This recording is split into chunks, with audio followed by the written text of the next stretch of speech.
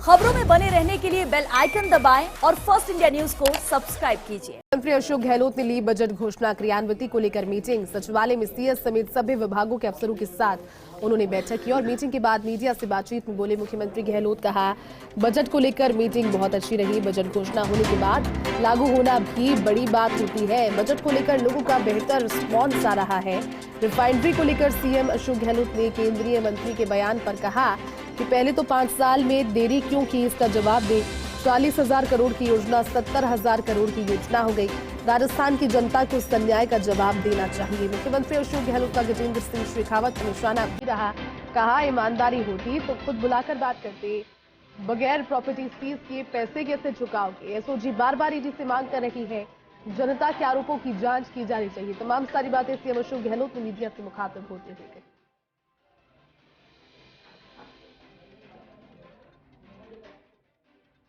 देखिए, आज बजट घोषणाओं की क्रियान्विति को लेकर, और 10 फरवरी को ही बजट आया है, लेकिन अभी से कितने एक्टिव तौर पर सीएम अशोक गहलोत लगातार इन बजट घोषणाओं की क्रियान्विति को लेकर के किस तरह से इन्हें किया जाना है, एग्जीक्यूट कैसे करना है, क्योंकि बड़ी घोषणाएं हैं। और सबसे बड़ा सवाल जो है विपक्ष यही उठाता है कि घोषणाएं तो कर दी, लेकिन इनकी जमीनी स्तर पर पूर्ति कैसे की जाएगी। और उसको लेकर के विभागवार समीक्षा बैठक भी अब होने वाली है और इसको लेकर के झलक आज नजर आई। पूरी जानकारी के साथ हमारे वरिष्ठ सहयोगी नरेश शर्मा जुड़ चुके। नरेश जी, विपक्ष का यही कहना था कि बजट तो बहुत सुंदर है, लेकिन बजट में इतनी बड़ी घोषणाओं की क्रियान्विति किस तरह से हो पाएगी।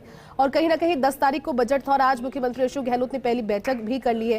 कहीं ना कहीं यह उसका प्रत्युत्तर की अब शुरुआत कर दी गई है, इस पर भी ध्यान देने की क्या जानकारी और रही नरेश जी? इसमें मुख्यमंत्री अशोक गहलोत ने मीडिया से भी कई बातें कही आज।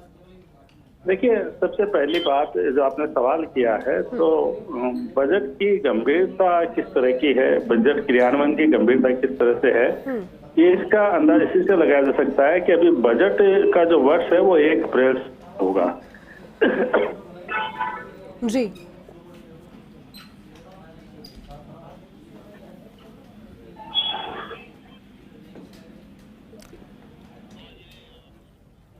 नरेश जी, आवाज पहुंच रही है आप तक? जी जी बिल्कुल। जैसे मैंने कहा कि बजट का वर्ष है वो 1 अप्रैल से शुरू होगा, लेकिन उस मंत्री उसको क्रियान्वयन की लेकर मीटिंग ले रहे हैं, अधिकारियों को निर्देश दे रहे हैं और एक खाका तैयार कर रहे हैं और करीब 50 से अधिक विभागों के दिशा निर्देश भी जारी हो चुके हैं, जो ये बताता है कि बजट को क्रियान्वयन को लेकर मुख्यमंत्री अशोक गहलोत और सरकार कितनी गंभीर है।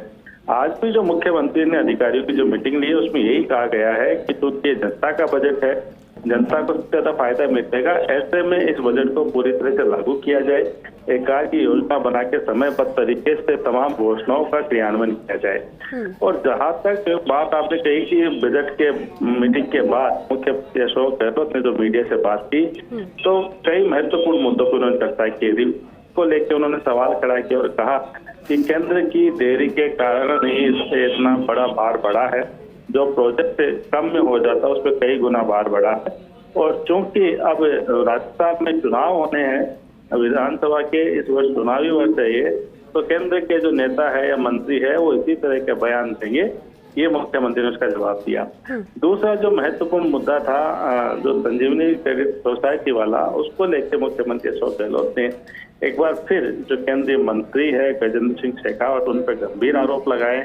उनके जो परिवार के अन्य सदस्य हैं उनका भी नाम लिया और कहा मुख्यमंत्री ने कि एसओजी की जांच में उनका नाम है, वो अभियुक्त है, उनको सामने आना चाहिए, अपनी बात रखनी चाहिए और वो अगर गिरफ्तारी अपनी, अगर मान लो वो दोषी है तो उनको गिरफ्तारी देनी चाहिए। साथ में उन्होंने कहा कि गजेंद्र सिंह ने जैसे पिछले दिनों कहा था कि उनका नाम एसओजी की जांच में या रिपोर्ट में कहीं नहीं है, तो मुख्यमंत्री ने कहा कि चूंकि मैं गृह मंत्री भी हूं और एसओजी ने मुझे जो रिपोर्ट दी है उसमें बताया है कि उनका नाम उसमें शामिल है। कुल मिला के कि मुख्यमंत्री का यही कहना था कि इस पूरे मामले में जो केंद्रीय मंत्री है उनको लोगों की मदद करनी चाहिए, जो भी लोगों के पैसे हड़पे गए हैं, उनसे धोखाधड़ी हुई है, उनको लोगों को उनका पैसा वापस मिलना चाहिए। और यहाँ तक बात हुई कि मुख्यमंत्री ने जो भगवान सिंह रोड अफसर है उनसे भी बात की और उनको भी कहा कि वे गजेंद्र सिंह शेखावत से कहे कि जो लोगों के पैसे हैं वो लौटाए।